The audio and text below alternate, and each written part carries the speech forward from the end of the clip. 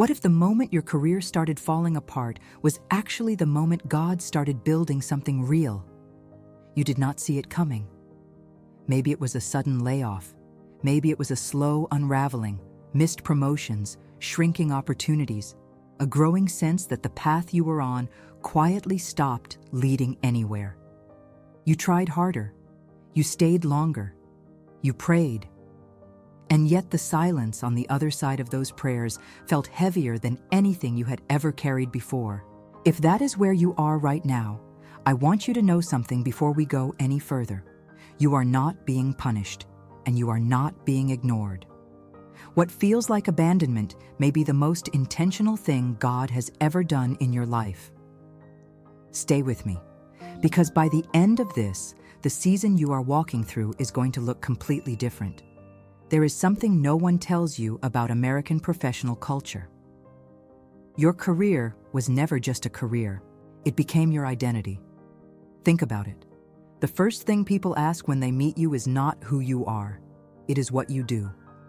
And somewhere along the way, without even noticing it, you let that answer become the truest thing about you. Your title, your salary, your LinkedIn headline. These became the evidence that you were enough. Joseph understood that collapse in a way that should feel uncomfortably familiar. In the book of Genesis, chapters 39 through 41, we find a young man who had everything ripped away at the moment he began to rise. He was betrayed, falsely accused, and thrown into prison, not despite his faithfulness, but right in the middle of it. In the ancient Near East, losing status meant losing identity. It meant losing honor.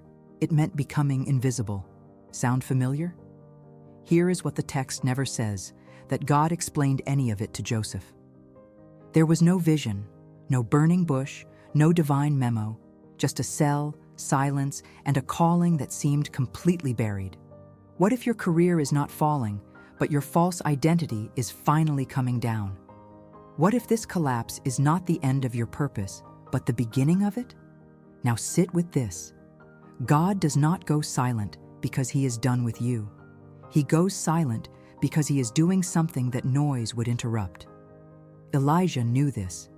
1 Kings 19 gives us one of the most honest portraits of professional and spiritual collapse in the entire Bible. Here was a man who had just called fire down from heaven, a public triumph of historic proportions. And then, days later, he was hiding under a tree, completely undone.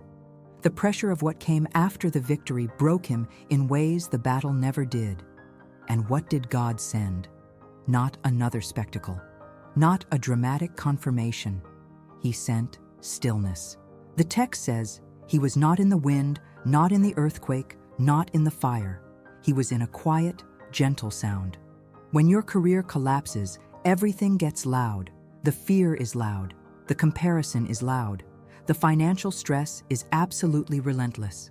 And right in the middle of all that noise, God whispers.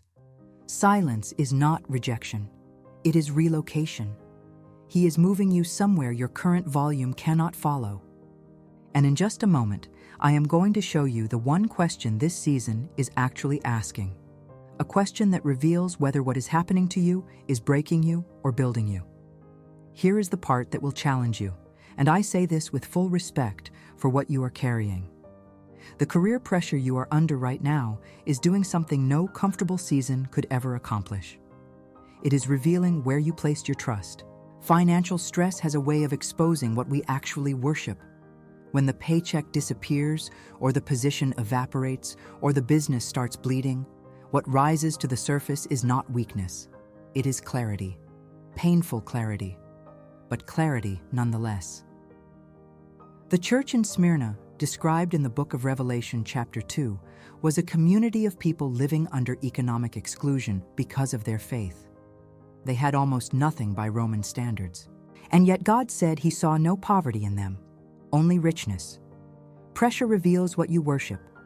And sometimes God has to remove financial comfort not to punish your ambition, but to show you how much of your peace was resting on a number in a bank account rather than on him. Some of you are praying for rescue right now, but God is working on reconstruction. And that brings us to the question this season is actually asking. The one I promised. What is your foundation made of? Not your strategy, not your savings, not your next opportunity, your foundation. Because that is what this is really about. Here is something that almost no one talks about, and it is one of the most misunderstood patterns in Scripture. Before promotion, there is almost always a hidden season, not a short one, a long, disorienting, invisible one. After Paul's dramatic encounter with God on the road to Damascus, you might expect his ministry to launch immediately. Instead, in Galatians chapter 1, verse 17, he tells us he went to Arabia. Years of formation, completely off the public stage, no platform, no confirmation from other apostles, just God, forming something that would eventually hold the weight of what was coming. You might feel behind. You might look at people your age who seem to be thriving and wonder what went wrong with your trajectory. But what if God is not delaying your calling? What if He is deepening your roots so that when the branches finally grow, they do not break under the weight of what He is about to place there? God develops roots before branches, every single time. And then there is the question that Habakkuk dared to ask, and it is one the church rarely gives us permission to voice. Why does it feel like God is not moving?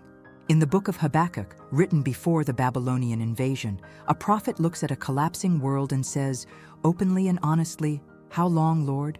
How long will I call for help, and you will not hear?" That is not a faithless question. That is a mature one. God responds to Habakkuk, not with an explanation that satisfies every anxiety, but with a call to trust the timing He has not yet revealed.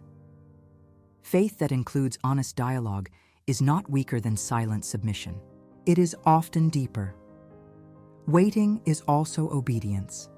Staying present in a season that makes no sense is also obedience. Continuing to develop character in an invisible place, that is the kind of obedience that God rewards in ways the public can never measure. Here is the shift that needs to happen now, and it is not a productivity shift. It is a posture shift. Who are you without your title? Not what can you do, who are you? Because the version of you that God is forming right now is not defined by your output, your revenue, or your professional reputation. It is defined by something far more durable. Faithfulness in the hidden place. Character forged through seasons of breaking. Identity rooted not in what you have built, but in whose you are. Joseph spent years in that prison, and not one of those years was wasted. When the moment came, he was ready, not because he had been rehearsing his comeback, but because he had been becoming something that the comfortable version of himself never could have been. You are not failing. You are being refined. And refining, by its very nature, requires heat. So here's where this lands today. If your career feels like it is breaking apart, if God feels distant, if the prayers feel like they are hitting a ceiling, if you are exhausted from trying to hold something together that keeps slipping, this is not the end of your story. It is the end of a version of you that was never built to carry what is coming next. When God removes stability, He is not removing your future. He is revealing your foundation.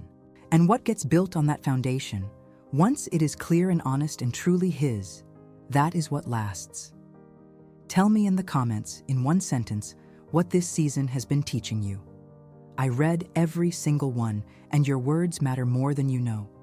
If someone in your life is carrying this kind of weight right now, share this with them. Sometimes the most spiritual thing we can do for someone is remind them they are not alone in the silence. And if this kind of depth is what your soul has been hungry for, make sure you are subscribed, because what is coming next goes even deeper into why God sometimes allows the very things we built in faith to be the first things He dismantles. You are not behind. You are not forgotten. You are being prepared.